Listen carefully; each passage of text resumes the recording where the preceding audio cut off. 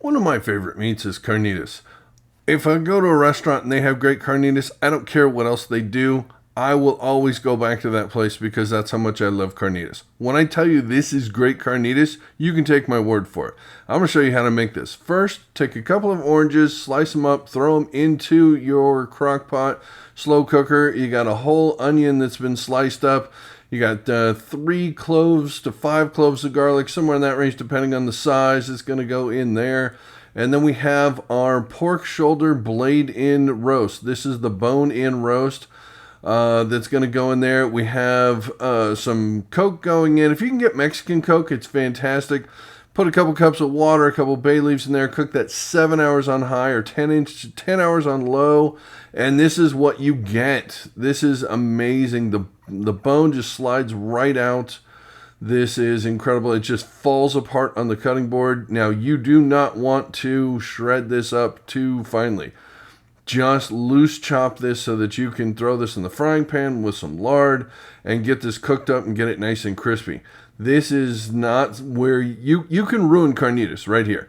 Just big chunks. That's all you want to do. Just big enough that it's going to come apart a little bit in the pan. You're going to get the crispy edges, but you're still going to have that juicy, flavorful inside.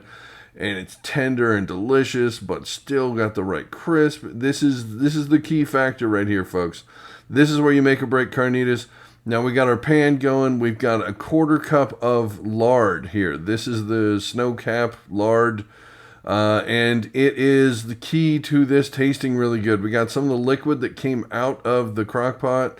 This is going to help us here in a second, but you can see you're getting that beautiful color on this as it's cooking. This is over a fairly high heat. It'll take a couple minutes. We got the liquid going in now, and this is when the magic really, really happens. That citrusy flavor and garlic and other things is so amazing.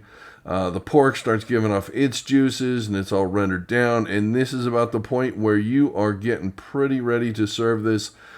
It shouldn't be hard as a rock. It should still be tender, but it should have the crispy bits. Now we just need to serve this up and start making some tacos or burritos or anything else you want to use for carnitas, because that is a beautiful bowl of carnitas right there. If you like this video, please think about subscribing to the channel or hitting the like button or any of the other stuff. Thank you for watching, and I will see you on the next video. Thanks. Bye.